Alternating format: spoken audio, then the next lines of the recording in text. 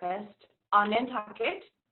I'm really pleased that I have people from not just Nantucket here, because my whole purpose in going online and teaching things was to expand who I could reach, not just on Nantucket. And the opportunities that have come from me not being able to practice is that I now am forced to get over my technology issues. So thank you for being able to join me today. Just as a disclaimer, if all of these are for informational purposes only, if anything doesn't feel comfortable to you or you aren't sure that it is safe for you to do any of the exercises listed, please consult with your doctor, or you're welcome to reach out to me and I can work with you one-on-one if you would like. Most of this information are things that have made a massive difference in my clients. And most of the information was gleaned in education that I've gotten from either Egoscue, which was my postural alignment certification, but also with two people in New York, one of which was Emily Splickle and Sue Hintzman, who does Melt's Method, and one person who's actually in Oregon, who is Katie Bowman. And probably the most of the information came from Katie. But all of these people are, and most of them are listed at the bottom of the PDF. Everyone would have gotten a PDF today, and that PDF is really going to fit for this week and for next week. And this week, we're really going to focus on how to create a functional foot intrinsically. And intrinsically is within the foot. And next week, we're going to talk about adding extrinsic or outside the foot alignment on top of an aligned foot. So here's a question. Does anyone know the main reason why people are having foot issues these days?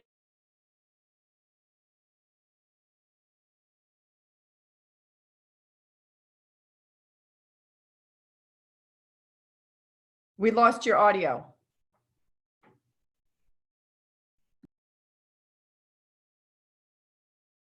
So everyone started wearing shoes. Yeah. Okay, can you hear me? Can you hear me? Okay. Now we can. Okay. Everyone started wearing shoes. And one thing that happened was that our shoes were often too narrow, they were too stiff, or they were too heeled, okay? And the reason why having a functional foot is super important is because feet are our basement of our body. So the rest of our body are stacked up on top of our feet. The fact that we have more bones in our lower leg, in our ankle region, and our foot indicate that our foot is meant to be very mobile. In fact, it's supposed to be as mobile as our hands are. And most likely,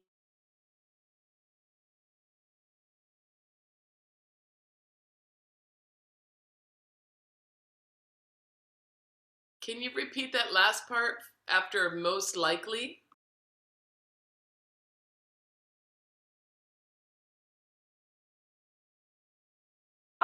Can you hear me? You can hear me? Okay. So most of us don't have feet as mobile as our hands.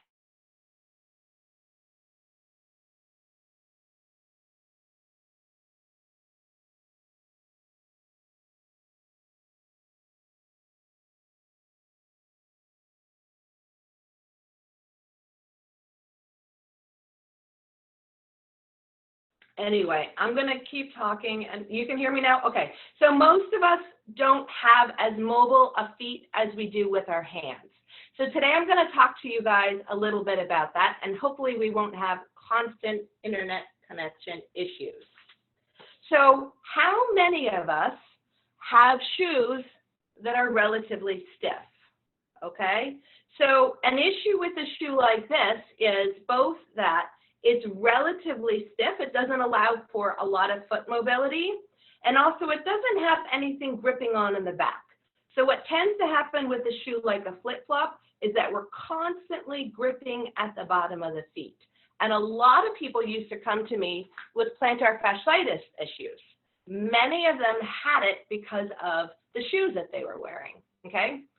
Other people might have shoes like this, which are incredibly flexible shoes with a very flat heel. And this is good for some people, but also have its issues. No shoe is ultimately absolutely perfect or absolutely wrong for someone, but they often explain either where your body issues are or where your issues could be in your feet, okay? So, yeah, but you can also work around all the shoes. The other thing that you can look at with your shoes is how you wear out your shoes, and it indicates how you are using your body to connect with the ground. So if you look at this shoe, you can see that I put a lot of weight to this side right here, okay?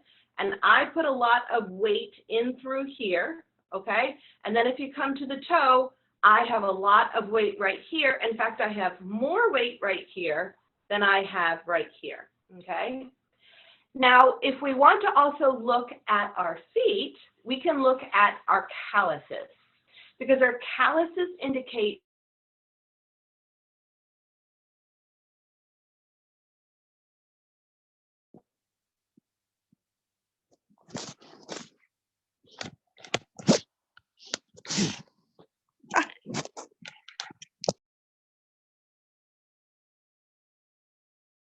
me. Can you hear me? You can hear me? Okay, all right. So now we're gonna look at our feet. So if we look at our feet, we can look at where you might have calluses on your feet. Do you have calluses right here? Do you have calluses right here? Wherever you have calluses are going to be where you've connected with the ground more. And it's not necessarily a bad thing, but if it's uneven left to right, and or you have a few other issues, it will indicate that you're connecting with the ground differently, left to right, okay? Another issue that's really common with feet is, do you have either a bunion or a hammer toe? And a bunion or a hammer toe is going to be different ways that you are connecting. So a lot of times with a bunion, instead of having a true heel lift and push off, you have a twisting motion. And with many people, correcting either some things at the feet and correcting some things at the hip will make a big difference. And I'm going to talk a little bit more about bunions and alignment next week. But for today, the next thing we're going to talk about is intrinsic foot stability. So in our feet, the reason why feet are important, in addition to our body being stacked on top of it, is our peripheral nerves are significantly in our feet. And our peripheral nerves are the ones that tell our brain where we are in space. So the health of the peripheral nerves are very important for balance. Now, it's going to be depending on somewhat as you age, typically peripheral nerves get a little less healthy. Also, as if you are diabetic or you have neuropathies, that would be less healthy peripheral nerves. But you can improve your peripheral nerves by improving the intrinsic foot muscles. And that's a fancy word for the foot muscles inside your foot that affect your foot. And they're really your toes. So most people, because they're sticking their feet in these shoes that don't move very well, don't have toes that move very well either. Many people either can't move their toes really well, or their toes get stuck in sort of a claw-like position. And really you're moving your foot at the ankle, but you're not moving those little guys in your toes. So when I talk about intrinsic foot muscles or improving intrinsic foot muscles and improving the overall peripheral nerves in your feet, I'm going to be talking about your toes and how you can work with your toes. So when you look at where it says right now, stability, in your pamphlet, Improved by Strengthening the Toes and How Well Your Toes Work, I'm going to bring this down so I can show you what I'm doing with my feet. So we're going to talk about spreading the toes, lifting the toes, pressing down with the toes, and next week I'm going to talk about short foot and short foot to pelvis, okay? Now, I'm going to demonstrate it, but I'm going to tell you now that this improves with time, okay? Everyone can always improve where they are in time, can improve the place where they are in their body, and two other things can help. One of which is to place your hands over your feet so you can literally feel it, okay? These are peripheral nerves, so the more that we touch our skin, it's going to help us make that connection to our brain. So if you have trouble getting your toes to work, but you were able to touch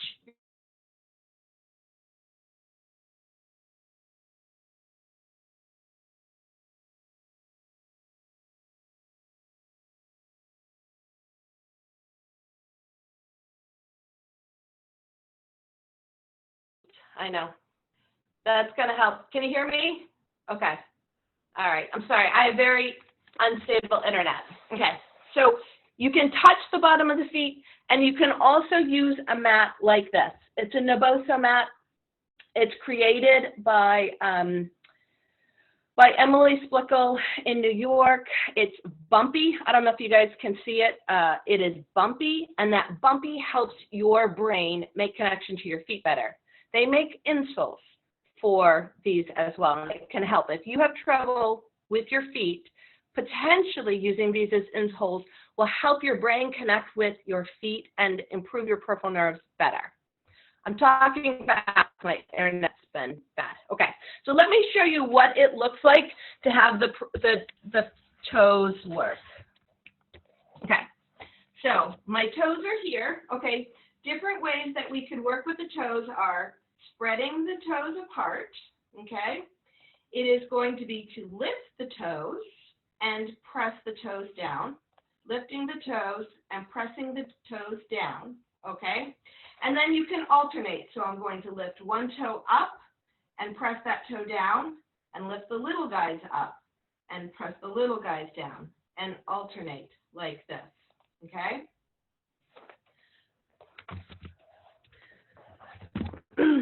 So, like I had said about the peripheral nerves in the bottom of the feet, is that sometimes working on those muscles can be very, very helpful for overall improvement of the feet, but also using something, either your hands or an abrasive mat or something, will help you be able to connect your brain to your toes a little bit better. Now, when I talked about shoes, I had skipped the part of it's really important in a shoe to have a wide enough top that your feet really fit. But since I have internet connection issues, I'm going to get to the mobility part, and then we'll answer questions or anything later. Okay. So when it comes to stability, okay, is those exercises that are going to help your toes get better, which are going to be very helpful. When it comes to mobility, in other words, your foot feels like it's a block, and that block isn't going anywhere. We're going to use all sorts of different balls to be able to get your foot to move better. So by moving better, I'm also meaning that the bones are able to separate a little bit from each other, okay? But also that we're loosening the overall muscle and ligament tissue underneath it, okay? Different balls that you can use. Melt Method has some great balls, but they're not cheap, okay? Anytime you have a lovely course, they will take a ball that you could get for very inexpensive and they will make it very expensive. So Melt Method has, which is this person, has really great balls, but you can find them cheaper at Amazon and other ways, very similar ones. So and some of the balls are hard. And here's a knockoff version of a hard ball. and some of the balls are soft, and you can see that they're squishy, okay? The harder the ball and the bigger the ball, well, the bigger the ball, the less point the ball has. So it's going to be less deep. The smaller the ball and the harder the ball, it's going to be a little bit deeper, okay? So none of the work that you should be doing should hurt, okay? So I'm going to use a handful of balls as I show you different ways that you can get your bones to move, get your tissue to soften up a little bit. And I'm going to use everything from a tennis ball, okay, which is a little bit squishy, and it has a bigger ball, so it's a less distinct point, okay? And the squishier, softer balls, which are much less of a distinct point, okay? Rachel, you're yeah. back. You're back. You were gone, but you're back now. Okay. When did you hear me until? So we heard everything you said, but your image was frozen. Okay, okay. So we're going to use all sorts of different balls, okay? Now, it's important that when you're using a ball under your feet, that you are safe. So you may want to be sitting while you do it. It is perfectly fine to sit and roll under the bottom of your feet, okay? If you were going to stand when you were doing it, okay, you're going to stand on one leg with all of your weight on one leg, and you can move the other foot, and you could even be holding on to something, okay? We don't want to be in a situation where all of your weight is on the ball and then you slip out of the ball. So let me show you some ways that you could work with this. Okay, so some ways that you could work with this, okay, is I'm going to use a tennis ball. And I've got my weight on my left foot and the ball is in with my right foot, okay? And I am essentially going to work from about here to about here, this soft tissue in here, okay? And I'm going to make kind of like 3 lines. I'm going to make a line here, in the middle, and on the end, okay? So I'm going to, I've got my weight on the left, and I'm essentially going to move back and forth, softening this tissue, okay? Another thing that I can do is sort of step in and step out. And now I'm asking my bones to move a little bit and to relax a little bit. But it's a big ball with a squishy ball, so it's not a very distinct point, okay? A rad ball is much harder. That looks like this. So it's going to be much deeper if I do the same thing, okay? Now I can also roll over my forefoot here. So this is going to sort of release the tissue. Now I'm going to do a squishier, smaller ball. See how this is able to move a little bit softer? This is going to be less deep because it has a less distinct point.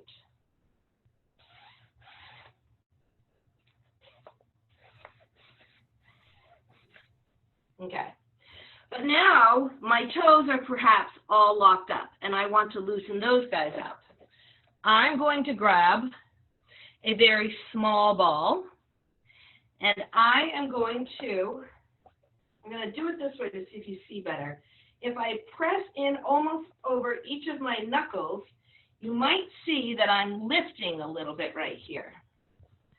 So by lifting under each of my knuckles, I am reminding my feet that my bones can move separately from each other.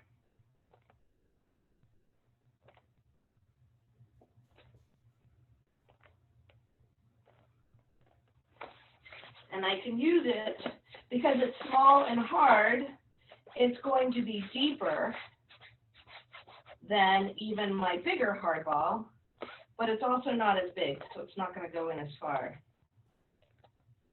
Okay. Any questions so far?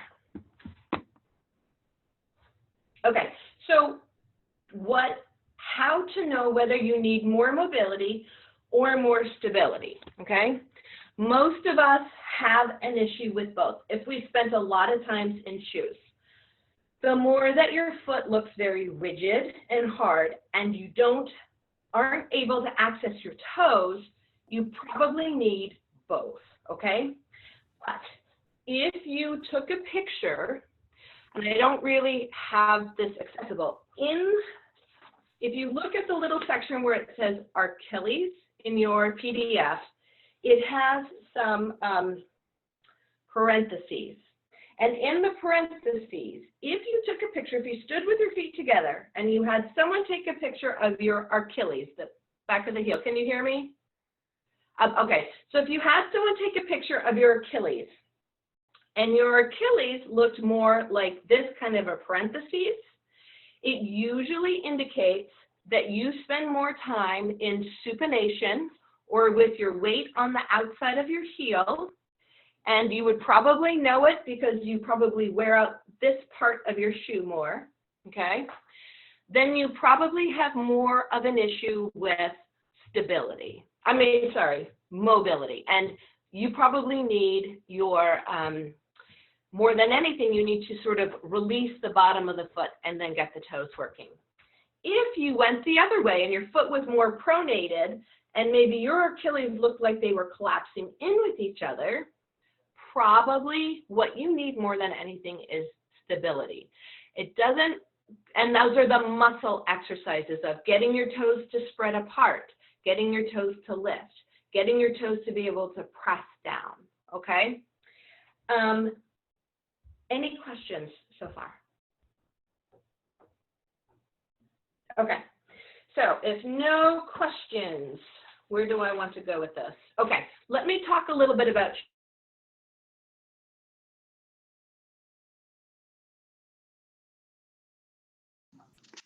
Rachel, we lost your voice.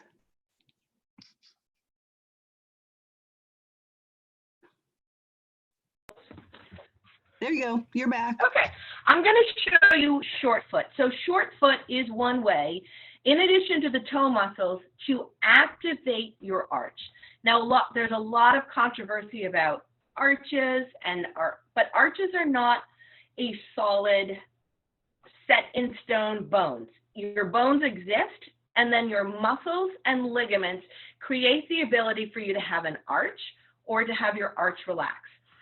And some of the controversy about orthotics or not orthotics are that in gait, which is we take our foot and then we're moving, we go through an element of cycle where we're pronating and we're supinating. But our bodies tend to stick with one primarily, okay? So I'm going to show you a little bit about short foot. So short foot is a slightly different muscle activity in the foot, okay, which is going to lift your arch. And we want to make sure that not only that we have the right arch that's supposed to lift and relax, but also that we can work on lifting the arch, okay? So let me show you what that looks like. It requires us to be able to use our big toe, okay? So what it's going to look like, I'm going to do it on the side because you would see actually, and this is my bad foot, but you will see this lift right here. So I'm going to lift the toes, and I should be standing up, and I'm actually leaning over. But do you see how when I press my toes in, I lift right under here slightly? Let me do it standing up. Can you see that lifting? So this is short foot, okay? So short foot is another really great exercise to have with feet. One issue that people will have is it's very hard to access short foot if you have a bunion. And a bunion is a bone growth because of pressure, too much that's spent over here, and the toe typically starts to go this way a little bit. I have a little bit of a bunion, and what happens with me is that my toe doesn't lift quite as well on this one as the others. So different tools that you can use are sometimes to place certain tools between the toes to keep the big toe in alignment and to make sure we're wearing a shoe that is wide enough that our toes have space to be able to move. one of the issues people have where their toe muscles have turned off is we've really shortened and narrowed this space right here, and then people don't have an ability to even use their toes in their shoes. Any questions? Okay, let me show you a couple of different tools. Can I ask a bunion question? Yes. You had said in the beginning that bunions can be connected to a hip issue. Can you just chat about that for a sec? Yes. So we're going to address it next week, okay? But our feet are how we access the ground, but then our body is moving on top of it, okay? Proper gait, which is taking your foot and then moving forward, okay, has a heel. Like imagine this is the heel, and then the foot comes down, and then you press off the toes, okay? And when it's done properly, and no one's perfect, so I'm not perfect either. When it's done properly, right? Sorry, Rachel, we're losing you. Let me know when you can hear me again. I think you're back. Can you hear me? Yeah, Okay. So in the you're not going to see me standing, but still press down and sort of press off like this, okay? But I'm moving like this, so it's going to look like that. A lot of times what happens with someone with a button, right, is we press down and then we're,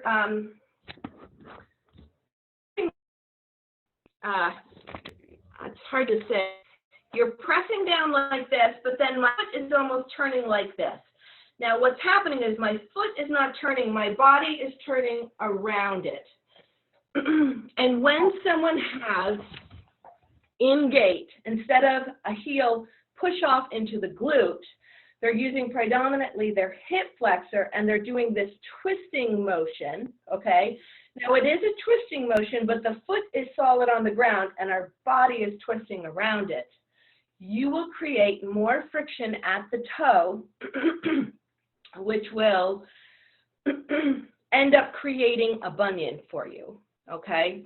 So I have a little bit of a bunion in my right foot from years and years of a bit of a hip issue, which is that I have a dominance of having trouble getting into my glute properly and overusing my hip flexor more on my right side than my left.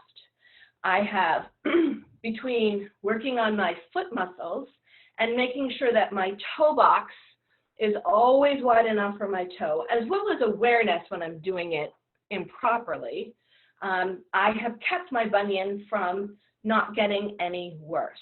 There gets to be a point with people when their toe is extremely, when their big toe, instead of being in alignment like this, really goes off to the other side, that it's kind of too late, okay?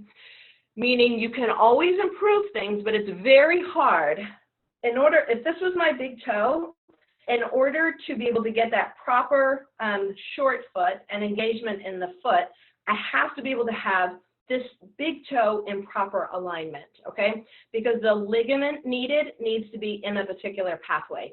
So if you have a really, really strong bunion, at one point it is not really able to be fixed just with exercise. A lot can be done with exercise, but not quite all of it. But you can always improve where you are, and you can learn to put like toe spacers between your toes and create a lot more space, and or you can work on different ways of strengthening your hips to start using your glute more in gait, which will help with even a really severe bunion. But what's interesting about bunion surgery is it's an incredibly invasive surgery. Really all they're doing is, you know, you've built up a really big callus right here, which is the joint gets inflamed and then the joint gets hard and then you create this really big, almost like bone right here. And they go in and they shave this down, so now you can have a more aesthetically pleasing foot that fits in shoes better. But here's the thing, if people don't address how they walk on top of their foot, that bunion will come back. So that really invasive surgery that keeps you off your feet for a really long time and is really painful, Well, then oftentimes they will develop another bunion on top of it if they don't learn to use their feet properly and their hips properly when they're walking.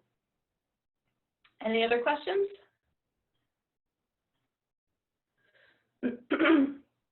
Okay, so next week, what I will do is I will create a little cheat sheet of Amazon products that I've either used today or I will show you next week. So you guys could have, you could order them yourselves if you wanted to, okay? And one of the things that might help with someone who had a bunion is a bunion toe spacer. And my very favorite one, where did I put it? I had it at, oh, this one has worked really well for all my clients. It's called Zentos. I think it's about $5 for maybe 2 of them on Amazon, or maybe it's 4, 2 sets of 2. And they are just these little squishy things that go around toes. I'll show you what it looks like. But if your toe isn't in proper alignment and it's going this way too much, the toe spacer, this goes on your second toe, kind of keeps that big toe in alignment.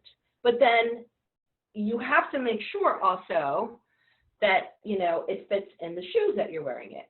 But a handful of clients have made a dramatic difference in how their foot works and keeping a bunion from increasing by using just different tools that work well for them, like the bunion spacer, plus starting to walk a little bit differently.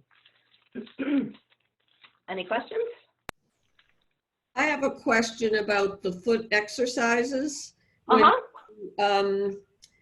Work with your toes. Is there a sequence that you should do, like 10 times on one, 10 times on another, like, you know, when you are working out at the gym? It is as much as you can. So I try to do it all the time. I like to do it a lot of times when I'm already sitting or standing, like at church. Like, so I'm at church for an hour and I tend to slip my feet out of my shoes, or I'm wearing shoes that it works in because they're wider, and I will sit there and do my exercises. Or when I was in line at the bank, you know, I would do my foot exercises. So I'm not a PT, so I'm not able to give a do X amount of times, but these are things we're actually supposed to be doing all the time, and we in our sedentary lifestyle haven't. So typically, the more that you do it in times when you're either sitting or you're standing somewhere, the better it will be. You could do it 10 times, you could do it 50 times, you could do it 100 times, you know. But a lot of times, getting your muscles to work like that take a little bit of practice if your brain isn't making connection to your foot. That often happens with people. And that can be also where a slightly bumpy mat, which helps you connect to your nerves better, or it connects your brain to your feet, or when you're sitting to touch your feet so that you can make that connection through your hands, will make an easier connection to you accessing the muscles.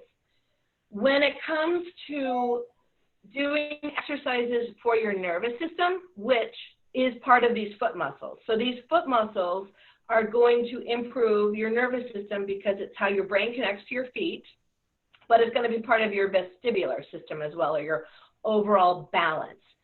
And a lot of times, once your brain can make that connection, it doesn't take a lot of reminders, like 5 times, you know? If it's easy for you and you can do it, practicing it 5 times will just be that little bit of a reminder for your nervous system. Your nervous system wants you to be stable and balanced. And so if you're able to make that connection to your feet, it does, unlike cardio exercise, which requires a certain amount of repetitions, connecting with your nervous system does not require as frequent, well, I should say frequency is more important than like the number of times that you do it. Okay. Thank you. Any other questions? I have a question about arthritis in your toes. Okay. And I'm not even sure what the question is, but are there exercises that can help bring mobility when you have arthritic toes. Yes. Okay. So a bunion is a type of an arthritic toe. Are you talking more hammer toes? Are you more talking about arthritis in the big toe or in the little toes? In the little toes. The Okay. big Are toe's they fine. more like a locked hammer toe like this? The last joint is up a bit, yes. You mean the pinky toe? No, the joint closest to the nail on the 4 little toes. Oh, okay. It's enlarged. Okay. Is it, so any of these exercises should help, okay? Probably, it would help if I saw a picture just so I got the view, but here's the thing. Arthritis can produce limitation of how mobile the joint was. So if we were to like literally take our hands and try to move our foot and see how far, for example, you know, I got my toes here and I'm like, how far can my toe go up? How far can my toe go down? Okay, so arthritis might limit even passively, because I'm not using my muscles to do it, I'm using my fingers. So arthritis might limit our ability to actually have our joint go somewhere. And there is ways of increasing mobility. You could, as long as it didn't hurt too much, okay, you could work on creating a little bit more space this way and just gently getting your toes to work. With most people, for the little toes, their toes would go up like this, but because we put ourselves in shoes that put ourselves in this position a lot, our tendons tend to get really tight and short on the top right here. And so, and then to access the ground, because our toes are up, we tend to go like this. So now we're stuck in a foot that tends to look like this, okay? So a lot of times what we could do is we could also take this tissue here and kind of stretch the toe joints right here a little bit. And a lot of times that this will feel good. Sometimes first though, we almost need to put our hands between our toes and create a little bit more of a stretch between our toes like this, okay? So I had talked about accessing the muscles to do this themselves, but a lot of times it can be very helpful just to stick your hands in, or they have like yoga toes and things like that. And it's to create a little bit of a stretch that creates a little bit more stretch in the bottom of the foot, okay? And then you might want to take the joints, obviously not if it causes pain, but try to manually get your toes to be able to work a little bit better on top of the little mobility balls that we had. And that can be really helpful. Most people, because we're already doing it in shoes, can get their toes to go like this. Many people have trouble getting their toes to move in this direction because our ligaments and tendons are so short all the time on the front, okay?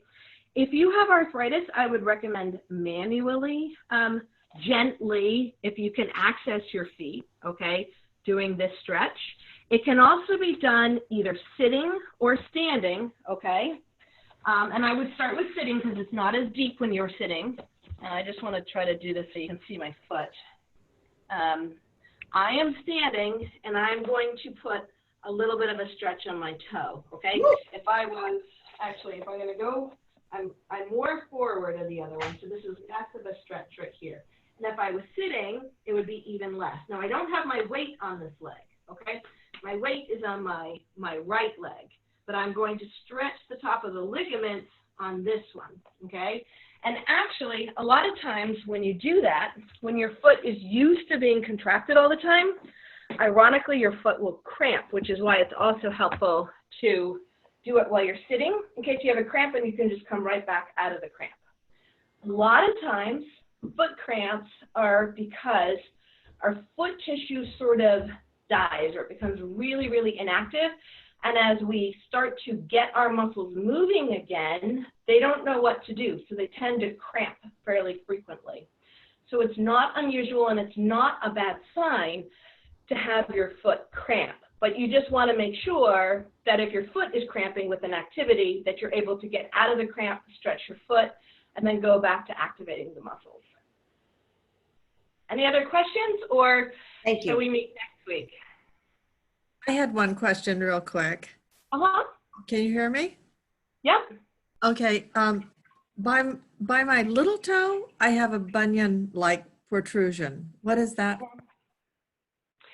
It probably is coming from friction of some type, okay? But it might also be coming from a way that you walk. Ah.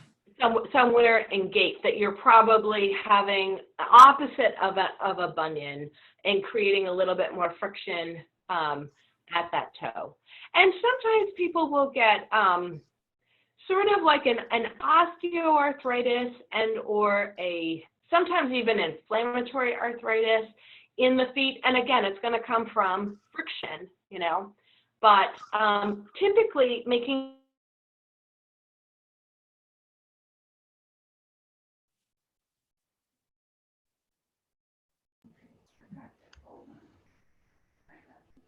I can't hear you, but I got the idea. Sorry, can you hear me now? Yeah. Okay.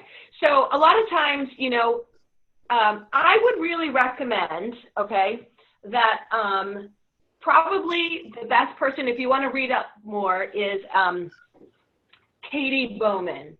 So Katie Bowman has, she has a lot of information on YouTube and on her website if you go to it. Lots of free stuff, okay?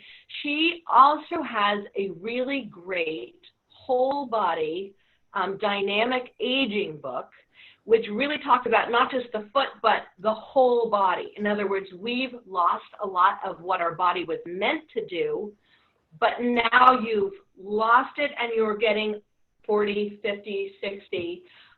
It's a really great, it's a really great baby steps to get some of that back. So Katie Bowman would probably have some really great information that you might find helpful Thank you. on her website. Yeah.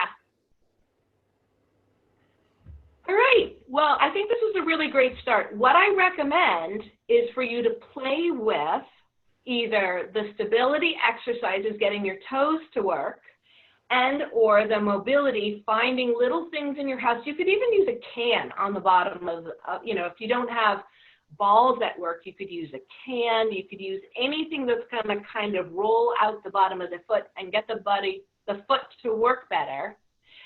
And then come back next week and we will take the exercises that we did on your feet, and we're going to align the body better on top of it and to work with the extrinsic muscles. But you can come back with the practical, you know, questions that you had from trying it and either having success or having issues with it. Okay? Sound okay? All right. Excellent. Thank you guys very much for joining me, and hopefully I'll see you next week. Thank you. Thank you, Thank you. Joe. Thank you so much. Thank you. Thanks. Thanks. Yeah, it's worth it.